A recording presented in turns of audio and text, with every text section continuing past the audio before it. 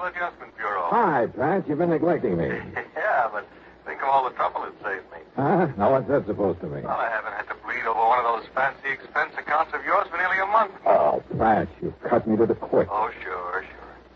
But no, well, looks as though I'll have to stick my neck out again. So, what's the problem? Well, Johnny, it's a real funny one. So I'm laughing already? No. I don't mean funny, ha-ha. I mean funny, peculiar. Hey, you know, the last time you said that, I got shot at, banged on the head, nearly run over by a truck, and half a dozen other pleasant little things. So come clean, Pat. What is it? Johnny, maybe you better run over here so we can talk about it. It'll cost you money. I'll risk it. Okay, then. I'm on my way.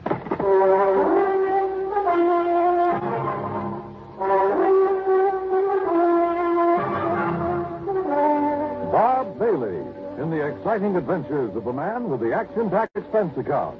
America's fabulous freelance insurance investigator. Yours truly, Johnny Dollar.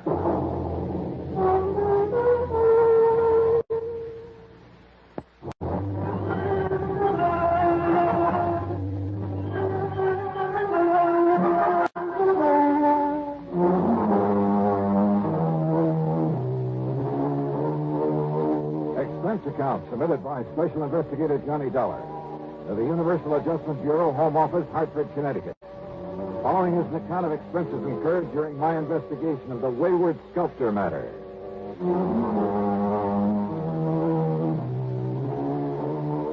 Why kid about it? Pat McCracken has handed me some pretty wild cases from time to time, but they've always paid off. So expense account item one, $1.20 for a cab to his office at Universal Adjustment Bureau. Well, all right, sit down, Johnny. Make yourself comfortable. Yeah. Hiya, Pat. Cigarette? Oh, thanks. Here you are. Oh. Thank you. Well, Johnny, you know that one of our big problems is discouraging and prosecuting insurance fraud. Not only against us, but against the companies we serve. Well, I should hope so. Now, what I've called you about is something that's been going on for a long, long time. Okay. What kind of fraud is it this time? We never know. Huh? Look here. Yeah? A while back, International Life and Casualty received an envelope containing $520 in cash, and with it this note that reads, "Please put this in company treasury. It is money I took from your company on false pretenses. Now I can have a clear conscience." And it was signed Debtor. That's spelled D-E-T-T-E-R. Funny. Yeah, that's what I said to you over the phone. Here's another one. $800 enclosed. The sender identifying himself only as a sorry sinner. More conscience money, huh? Yeah, that's right. People who collected on fraudulent claims or felt they didn't deserve the money they collected. I see. And, Johnny, there have been dozens of them over the years. Most of them have been small amounts, under $1,000. Some of them only $5 or $10. In other words, not worth investigating to see what fraud they perpetrated and why. Yes, exactly. But now, look here. This list of payments anonymously received, all of them from the same person. $833.34 received on July 21st, 1956. Right. $833.34 on August 21st, 1956. Yeah. Same thing, September 21st. Same thing the 21st of every month since. And no letter with him? Only with the first one. Here. You read it to yourself. Lucent Trust and Insurance Company, gentlemen. This is only a beginning against the amount paid out on me last month. Be assured I shall make full restitution if it takes 5 years.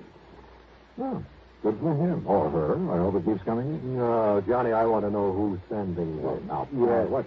Yes. Not only the law, but company policy demands that we prosecute anyone perpetrating a fraud. If you can. All the other conscience money has been in single payments. No way to trace them whatsoever. Also, the amounts have been, well, negligible. Have all these come from the same post office? They've all come from New York City, but from as many different post offices as the number of payments that have been made. But now, Pat, if the man is paying up all he took... Oh, well, how do we know, Johnny? How do we know he'll come through his promise? Well... And we don't know who he is, so we can't know how much he owes us or for what. So all you want me to do is comb through 7 million people down in New York and somehow find the one man... Yeah. Oh, now, I admit it's a challenge, Johnny. It sure is. But knowing you... You're right. There's only one thing to do. That's just stuff. Give up. Oh, now listen. No. Wait. Give me a pencil and a piece of paper. Oh, here you go. All right. He said even if it took him 5 years, Yeah. that's 60 months. And at $833.34 a month, well, 60 is 3 times 3, 4, $50,000.40. Is so? All right. He started in July of 56 on money paid out the month before, he said. Yeah. So, find me a policy where Eastern Trust and Insurance paid off $50,000 in June of 1956. Oh. And on what type of policy, might I ask? Life insurance? Oh, really, Mr. Detective? Why? Well, you change those monthly payments to $833.33 and a third cent. But who would cut a penny in the third? Johnny, you're right. You're right. In 5 years, it comes out to exactly $50,000. And even figure like that is usually for life insurance. Yes, isn't it? usually. Yes. So find the policy issued by Eastern, paid off in June of 56. Yeah, it's a chance, Johnny, but let's try it.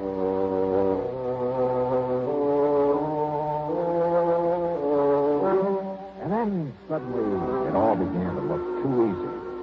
In June 1956, the total number of $50,000 benefits paid came out to just exactly one. On the life of Henry Davidson Pollock, a once famous sculptor. Beneficiary, his wife, Sarah Norton Pollock. And it gave her address in New York City. So Pollock didn't really die at all, but she collected his insurance. Now, conscience-stricken, she is paying it back. That's what it looks like. But it's still fraud, so go to it, Johnny. Right. Expense account item $8.25, train to New York in a cab to the apartment house at 614 East 49th Street. Failing to find Mrs. Pollock's name on the mailboxes, I got hold of the building superintendent. Mrs. Pollock? Sure. Mrs. Pollock lived here for years. Well, where is she now, do you know? You trying to be funny? What do you mean? I mean, she died last fall. Oh, great. Then it's too late. No, wait a minute. Those payments are still coming in. What's that? You're sure that she's dead? I was with her when she died. Then, mister, what's going on around here happens to be just plain impossible.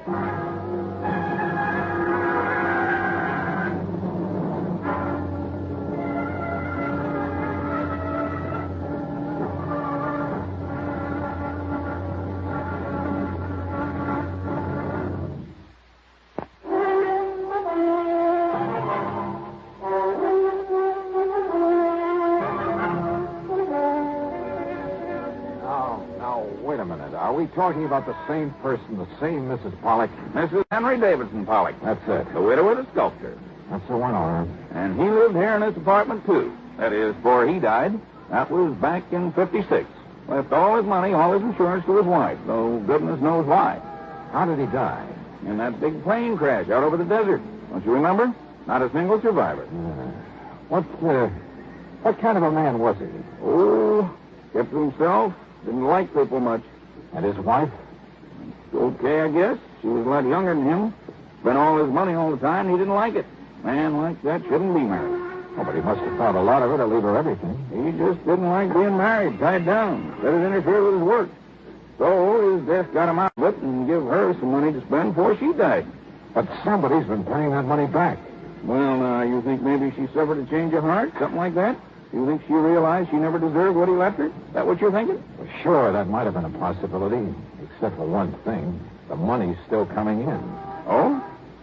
Hey, is there anybody to whom she might have turned over that insurance? Her give anything to anybody else? Not her, mister. And you're absolutely sure that she's dead? I carried her in off the street after the car hit her. If you don't believe me, ask a doctor. Dr. Jules Maitland over on Park Avenue. Ask the police. Yeah, maybe I will.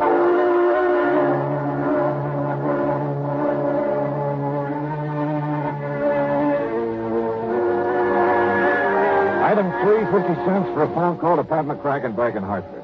But, Johnny, if it was his wife who got that money and she wasn't the kind to pass it off to someone else, she'd have to be the one paying it back. But if she's dead... Died last fall, Pat. Well, then the whole thing is impossible. Payments have still been coming in. There'll probably be another one plunked down on my desk by the time you get back here. Now, I tell you, somehow that woman must still be alive. So find her. Oh, Pat. Find her, Johnny. But why? Suppose by some miracle she is still alive. Where's the fraud? Look, people don't just hand over $50,000 for nothing. Somebody's conscience is hurting. What other possible reason could there be for sending that money back to us this way? Well, now, wait just a minute. All right, look, Johnny, I'll be honest with you. Maybe there isn't any fraud, so far as the company's concerned. All right. But, crazy thing has me so curious now that, well, even if there isn't any insurance angle to it. Except for the money the company keeps getting Yeah, back. so okay. But, Johnny, I want to know what this is all about. And if necessary, I'll pay your expense account myself. Well, now, Pat, this is the golden opportunity I've been waiting for years. Don't go overboard, Johnny, huh? But find out for me, will you? Who knows? If I can. Item 4, 785 taxi fare. I talked to Dr. Maitland. No, there was no question about it. The woman who had died when a car struck her last fall was Mrs. Henry Davidson Pollock, wife of the sculptor. The doctor had known both of them very well. I checked with my old pal, Lieutenant Randy Singer at 18th Precinct Police Headquarters. He, too, was sure the woman had died. He'd been called in on the case. Then I remembered something the superintendent of the apartment house had said to me about the way Pollock had wanted to get away from his wife. I went over to the New York Times and checked the old newspaper files. Yes, Henry Davidson Pollock had definitely been a passenger on the ill-fated aircraft had perished along with the rest. I even checked the main office of the airline and learned the same thing. So neither Pollock nor his wife could possibly be sending back that money. But then who could? And why? Dr. Maitland had mentioned a little art gallery over on 3rd Avenue, the only gallery that Pollock had ever dealt with directly. The owner of the gallery was a nervous little man by the name of Walter Bessem. No, Mr. Dollar. Strange as it may sound, I never met Mr. Pollock. But I thought you were the only outlet for his sculpture. Very true, very true. But he was a man who stayed very much by himself, abhorred the public eye, so to speak. Yes. Well, now, nevertheless, you must have. You see, it was his wife who always brought his works in here for me to sell, and was always very sure to collect the money for them. Quite frankly, I doubt if Pollock himself ever saw much of the money that resulted from his artistry. Were his sculptures worth very much, Mr. Bessem? Mr. Dollar, I have yet to find anyone who has seen his work without wanting to possess some of it. It's beautiful, exciting. Oh? In addition to his superb technique, his originality of design, there was a subtle charm about everything he did that was, well, irresistible.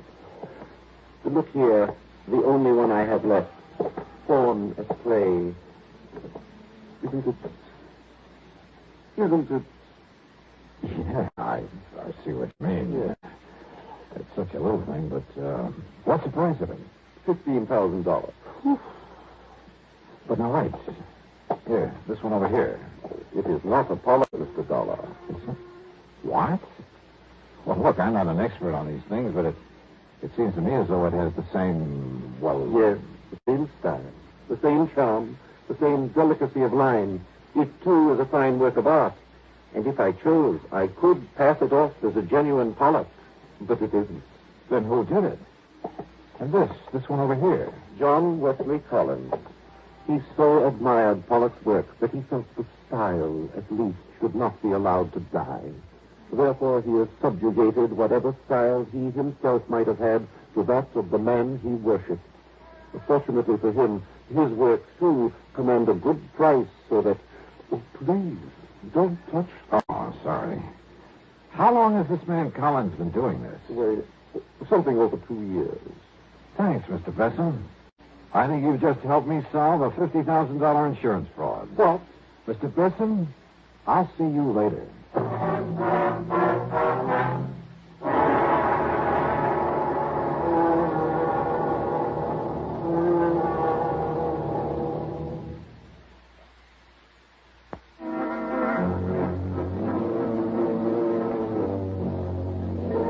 walked out the front door of the little art gallery on 3rd Avenue. Over my shoulders, I closed the door. I could see the owner, Walter Bessem, make a dash for the little office inside and grab a telephone. I sneaked back in, stepped over behind a rack of picture frames and canvases and listened. Henry, this is Walter Bessem. Listen. No, listen. Something has just happened that... Well, there was a man here, Johnny Dollar, some kind of insurance investigator, so you... No, you mustn't. But if he comes back here... Very well, I'll unlock the back door for you. But are you sure you... Hello, Henry? Henry?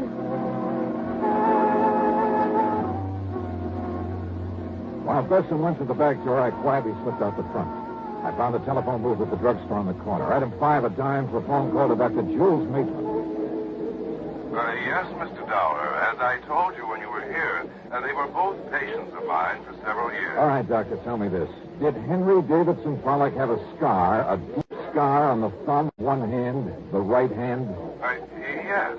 He told me that when he was a child, he cut through the tip of that thumb very deeply, all the way down to the bone. That's all I wanted to know. Well, now, tell me, Thank sir. you, Doctor. Thanks a lot.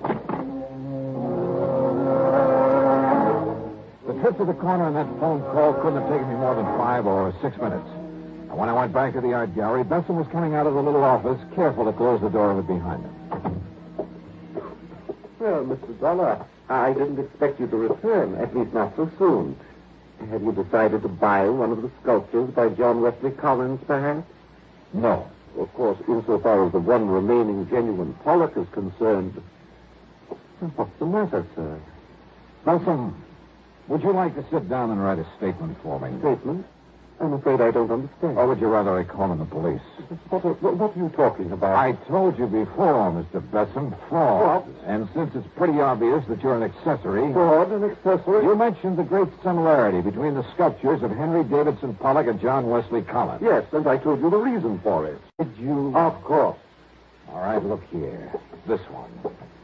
Fawn at play, you called it. It's a Pollock, the genuine Pollock. You'd swear to that? Of course I would. And how could you prove it?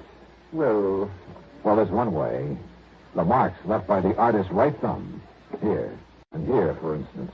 Because that thumb was split on the end, left its imprint on the clay.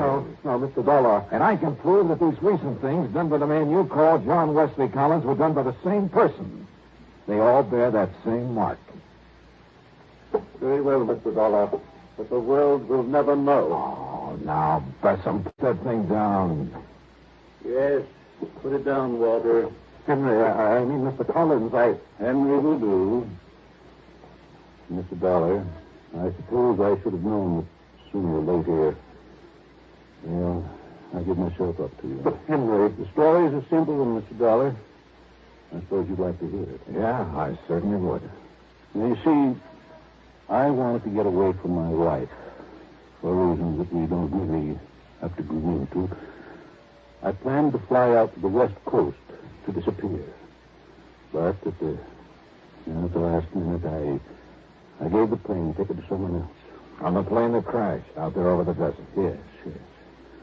Then, knowing that my wife thought me dead, and realizing I could become lost in this tremendous city as well as anywhere else in the world, But I'd forgotten about the insurance. So then, anonymously, of course, I started paying it back. I see. All of this was very wrong, I know. Well, I'm afraid it's something for the courts now, Mr. Pollard. Mr. Dollar, the works of John Wesley Collins have sold very well, at good prices. Only this morning, listen, I was able to mail the whole balance of the $50,000 to the insurance company. Do you think that will help, sir?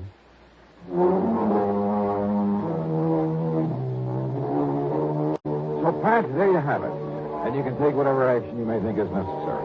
Pollock is waiting for the company or the courts or whoever. And Walter Besson is too scared to go anywhere. As for the expense account, I think the company can afford it. The total, including the trip back to Hartford, is $26.15. Yours truly, Johnny Dollar.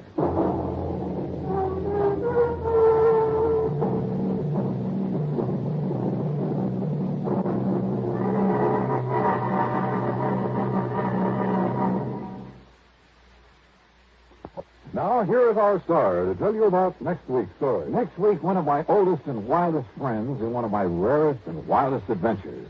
Join us, won't you? Yours truly, Johnny Dollar.